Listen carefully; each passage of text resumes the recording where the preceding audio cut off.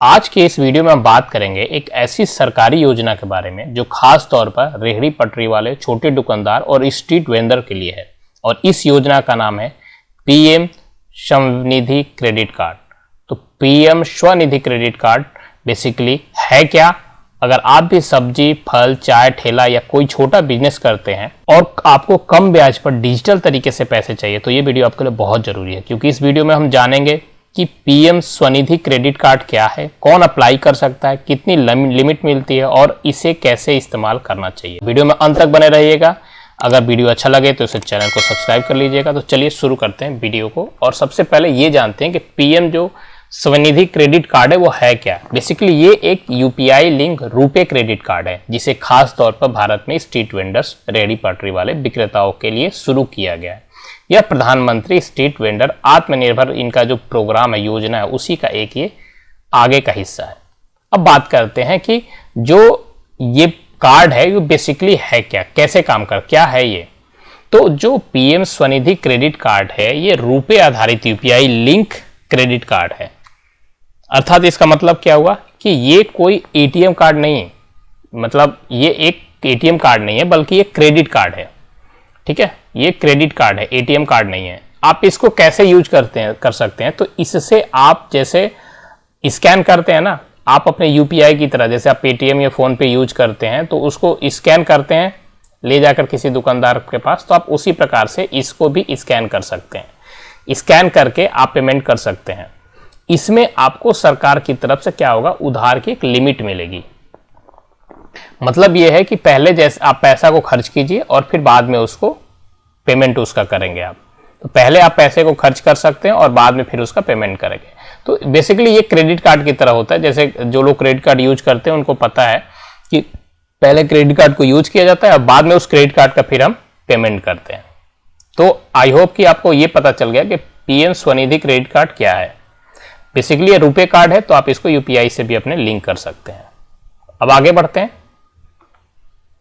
कितनी credit limit मिलती है? सबसे बड़ा सवाल यही है कि क्रेडिट लिमिट कितनी मिलती है। तो देखिए, ये कार्ड सिर्फ कुछ, जैसे पहली बार जब आपको कार्ड मिलेगा तो आपका जो पहला लिमिट आपको जो दिया जाएगा वो होगा 10,000 रुपये का। तो 10,000 के सबसे पहले आपको लिमिट मिलेगी। लेकिन अगर आप टाइमली उसका पेमेंट करते रहेंगे तो फिर उस लिमिट को बढ़ा के उसको 20,000 या फिर 30,000 भी उसको लिमिट को इंक्रीज किया जा सकता है। कुछ बैंक ये है कि 50,000 से 90,000 तक की भी लिमिट देते हैं। लेकिन सब्जेक्टेड टू कंडीशन क्या है कि अगर आपने पहले से कोई लोन ले रखा है तो ही आपको ये क्रेडिट कार्ड मिलेगा। और उस लोन पे आपने कितने सही तरीके से ईएमआई मतलब उसका पेमेंट किया है उस लोन का, उसी के बेस पर आपको ये क्रेडिट कार्ड मिल सकता है। तो पहली बार में आपको जो मिलेगा वो 10,000 रुपये मिलेगा। उसके बाद से दूसरी बार अगर टाइमली आपने भुगतान किया तो आपको 20,000 रुपये मिलेगा।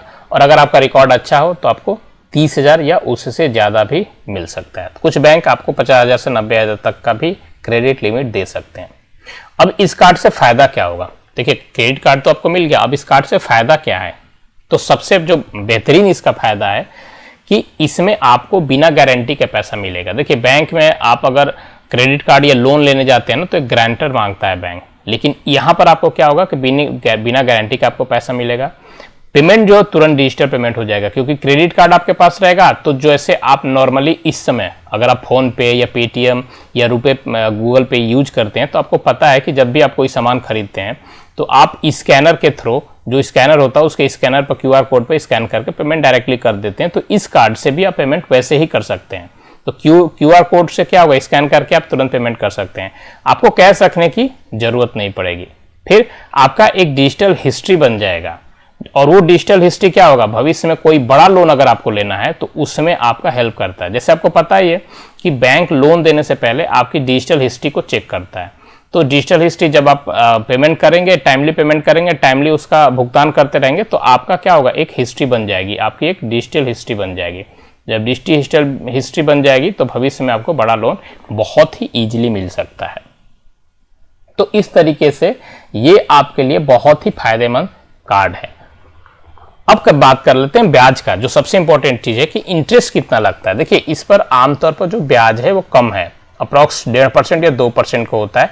लेकिन वो कब होता है, देखिए जो लोग क्रेडिट कार्ड यूज करते हैं उनको पता है कि क्रेडिट कार्ड यूज करने के बाद से ना आपका एक स्टेटमेंट डेट होता है। जैसे मान लीजिए आपने एक डेट, आप महीने का एक डेट कर लिया 15 तारीख का, ठीक है, तो अब 15 से लेकर और नेक्स्ट 15 तारीख तक, मतलब अगर मान लीजिए आप बात कर लेते हैं जैन का और ये बात कर लेते हैं फेब का, तो 15 जनवरी से लेकर 15 फरवरी के बीच में जो भी आप खर्चे अपना करते हैं ना, उसको उस 15 फेब पर आपका एक स्टेटमेंट बनेगा, अर्थात आपका बिलिंग होगी। और उसके बाद से कुछ कुछ बैंक 15 डेज, कुछ 20 डेज का भी आपको फिर से टाइम देते हैं कि इसके बाद एक डेट पर आपको पेमेंट, इस डेट से पहले आपको पेमेंट करना है।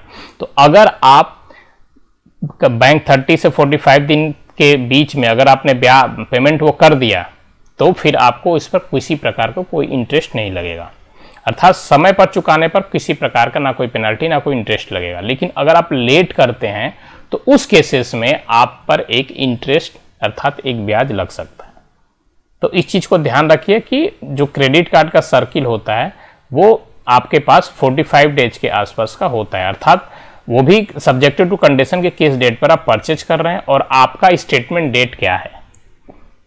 तो आई होप कि यहां तक आपको समझ में आ चुका। अब आगे बढ़ते हैं, कौन अप्लाई कर सकता है। सबसे इंपॉर्टेंट चीज कि अप्लाई कौन कर सकता है। तो देखिए अप्लाई की एलिजिबिलिटी, जिसे कहते हैं एलिजिबिलिटी, कौन कौन कर सकता है, कौन एलिजिबल है इसके लिए। तो सबसे पहले अगर पहले आपने पीएम स्वनिधि लोन लिया है, देखिए आपने अगर पीएम स्वनिधि पहले लोन लिया है और उस लोन को समय पर चुकाया है आपने। तीसरा, आपका जो आधार है वो मोबाइल से लिंक है, बैंक अकाउंट है, तो ही आप इसको अप्लाई कर सकते हैं। सबसे पहला जो कंडीशन है वो है पीएम स्वनिधि लोन आपने लिया है कि नहीं। अगर आपने लिया हुआ है तो आप क्रेडिट कार्ड के लिए अप्लाई कर सकते हैं, ठीक है। सामान्य क्रेडिट कार्ड वैसा ब्याज लग सकता है जैसे इसमें बताया जा रहा है, लेकिन इसका जो इंटरेस्ट है वो कम है, ठीक है। वो बात, ये मैटर तो हमने पहले जान लिया है, तो इसके बारे में हम नहीं जानना।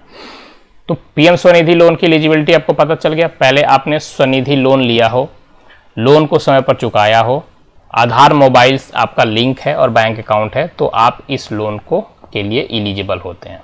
अप्लाई कैसे करना है, देखिए इसके दो तरीका है।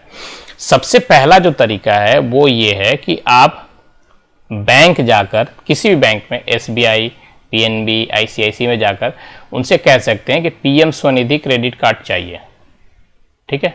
अब वो ये देखेंगे कि क्या आपने पीएम स्वनिधि से लोन लिया है कि नहीं। अगर आपने लोन लिया है और अगर उनके बैंक से लिया है तो सबसे ईजिली है, फिर आपका वो आधार और मोबाइल जो है अगर लिंक है तो वो उसी समय आपका लिए अप्लाई कर देंगे। पहला तो रूल ये है कि आप बैंक जाकर अप्लाई कर सकते हैं। दूसरा रूल ये है कि आप ऑनलाइन कर सकते हैं। इसकी जो वेबसाइट है, ऑफिशियल वेबसाइट है, मैं डिस्क्रिप्शन बॉक्स में डाल दूंगा। अगर ऑनलाइन अप्लाई कर सकते हैं तो आप कैसे जाए, वहाँ पर आपको उस लिंक पर क्लिक करना होगा, फिर उसके बाद से आधार कार्ड आपको डालना होगा, मोबाइल नंबर डालना होगा और पुराना जो आपका लोन नंबर है उस पर आपको जाना होगा, तो आप वहाँ से भी इजीली अप्लाई कर सकते हैं। मैं इस पर एक छोटा सा वीडियो बनाकर नेक्स्ट में डाल दूंगा कि आप अप्लाई कैसे कर सकते हैं, वो भी ऑनलाइन, ठीक है। लेकिन इससे पहले अगर अभी तक आप इस चैनल पर नए हैं तो चैनल को सब्सक्राइब कर लीजिएगा। वीडियो का अच्छा लगे तो वीडियो को लाइक कर दीजिएगा। अगर किसी और को भी जरूरत हो तो इसको शेयर कर दीजिएगा और बेल आइकन को प्रेस करना बिल्कुल ना भूलिएगा। तो चलते हैं, आगे बढ़ते हैं। यहां तक आई होप कि आपको क्लियर हो चुका होगा। तो आगे बढ़ते हैं, किस किस काम में आप इसका इस्तेमाल कर सकते हैं। आपने मान लीजिए क्रेडिट कार्ड एक ले लिया, आप स्ट्रीट वेंडर हैं, आप किसी प्रकार का छोटा मोटा आप बिजनेस करते हैं, तो आप किस किस रूप में यूज कर सकते हैं। सबसे पहले आप माल खरीदने में यूज कर सकते हैं। दुकान का, अगर आपका छोटा दुकान है कोई, तो दुकान का सामान ला सकते हैं। कोई भी कच्चा माल, जैसे सब्जी अगर आप बेचते हैं तो सब्जी ला सकते हैं, फल ला सकते हैं। तो आप बेसिकली अपने बिजनेस में यूज होने वाले उन सभी कार्यों में इसका यूज कर सकते हैं। एक रिक्वेस्ट ये है कि जिनके पास कार्ड हो वो इसको शराब, जुए और गलत काम में इस्तेमाल नहीं करें। तो इस प्रकार से आप इसका यूज कर सकते हैं। अब बात करते हैं सबसे जरूरी बात, जो मोस्ट इंपॉर्टेंट है, क्या है। देखिए, एक होता है क्रेडिट स्कोर। हर कोई भी क्रेडिट कार्ड, लोन, आप कुछ भी लेते हैं ना, अगर लोन आप ले रहे हैं या क्रेडिट कार्ड ले रहे हैं, तो जो उस पर आपको पैसा मिलता है उस पैसे का टाइमली पेमेंट करना बहुत जरूरी है। समय पर पैसा जरूर लौटाए। क्यों? क्योंकि उससे आपका एक क्रेडिट स्कोर बनता है। क्रेडिट स्कोर बनता है। ये क्रेडिट स्कोर बेसिकली क्या काम करता है, ये क्रेडिट स्कोर आपको भविष्य में किसी भी प्रकार के बड़े लोन को दिलवाने में बहुत इंपॉर्टेंट रोल प्ले करता है। तो क्रेडिट स्कोर आपका अच्छा तभी होगा जब आप समय पर पैसा को लौटाएंगे। ठीक है, पूरा जो लिमिट है, जैसे मान लीजिए आपके पास 10,000 का लिमिट है, तो उस 10,000 की लिमिट को एक बार में मत खत्म कीजिए, जितना आपको जरूरत है आप उतना यूज कीजिए। कोशिश ये कीजिए कि इन पैसे का यूज सिर्फ अपने बिजनेस में हो। ठीक है, और अगर आप ऐसा नहीं करते हैं तो हो सकता है कि कोई भी लोन आपको आगे कोई लोन ना मिले और मे बी आपका कार्ड भी बंद हो सकता है। तो इस चीज़ को हमेशा ध्यान में रखिए कि पेमेंट टाइमली हो, लिमिट अपने अनुसार से यूज कीजिए, बिजनेस में केवल यूज कीजिए, और फिर आप इस जो ये आपका क्रेडिट कार्ड है ये आपके लिए बहुत ही बेहतरीन साबित होगा। देखिए दोस्तों, पीएम स्वनिधि क्रेडिट कार्ड जो है ना, वो गरीब और छोटे दुकानदारों के लिए एक डिजिटल वरदान है। अगर सही तरीके से इस्तेमाल किया जाए तो यही कार्ड आपको छोटे ठेले से बड़ी दुकान तक पहुंचा सकता है। तो वीडियो आपको कैसा लगा हो कमेंट बॉक्स में जरूर डालिएगा। किसी प्रकार का अगर क्वेश्चन हो तो भी कमेंट बॉक्स में डालिएगा। मिलते हैं आप सभी के साथ एक नए वीडियो में कुछ नए इंफॉर्मेटिव टॉपिक के साथ। तब तक के लिए thank you and take care.